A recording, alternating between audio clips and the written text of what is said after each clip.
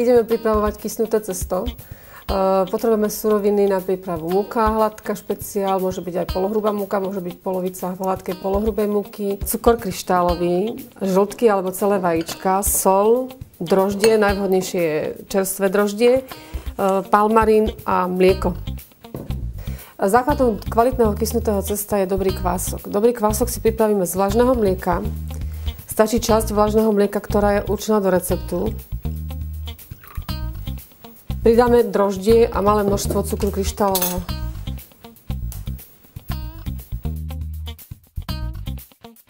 Necháme vykysnúť. Základom kvásku, vlastne, aby sa nestala taká chyba, do kvásku sa nesmie dávať sol, aj keď do kysnutého cesta sol pridávam, pretože by sme zastavili pôsobenie a činnosť kvasiniek. To znamená, že kysnuté cesto by nám potom nevykyslo. Počkáme, pokiaľ nám vykysne kvások, potom ho môžeme ďalej používať. Medzi tým si preosejeme múku.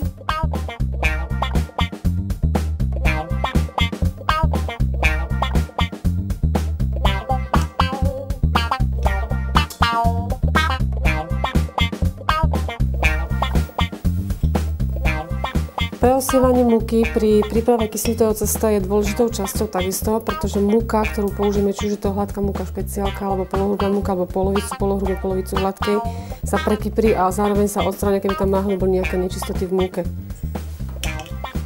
Pridáme cukor kryštálový.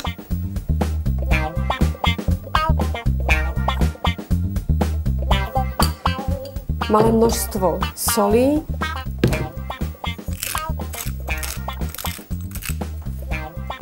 Zmeknutý palmarín a vajíčka si oddelíme, používame žltka, lebo žltka lepšie pôsobia na lepok, ktorý sa nachádza v múke a cesto potom je z tých kvalitnejšie, ako keď sa používajú celé vajcia. To znamená, si oddelíme žltka od bielkov.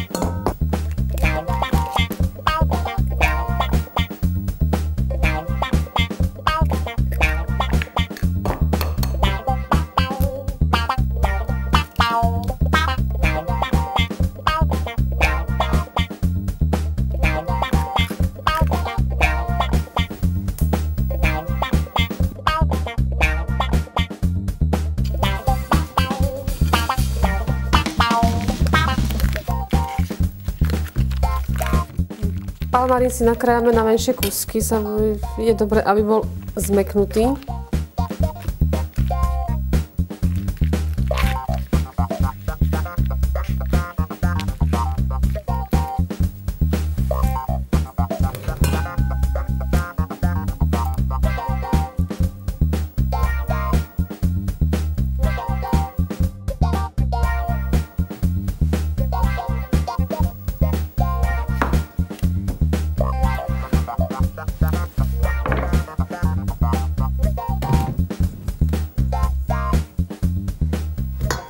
Pridáme kvások,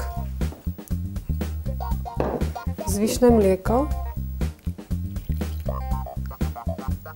a vymiesime cesto.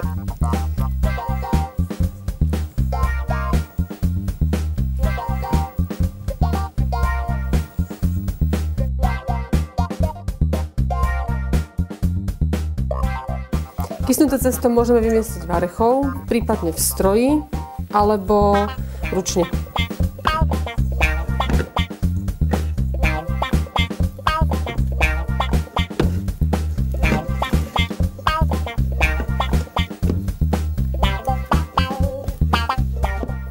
Vymiesené cesto potom poprašíme múkou a prikryjeme utierkou a necháme vykysnúť. Počas kysnutia 2 až 3 krát premiesime, kedy sa vzniknuté nadbytočné plyny oxidu uhličitý uvoľnia, cesto sa spevní a zostáva potom po vykysnutí pružné.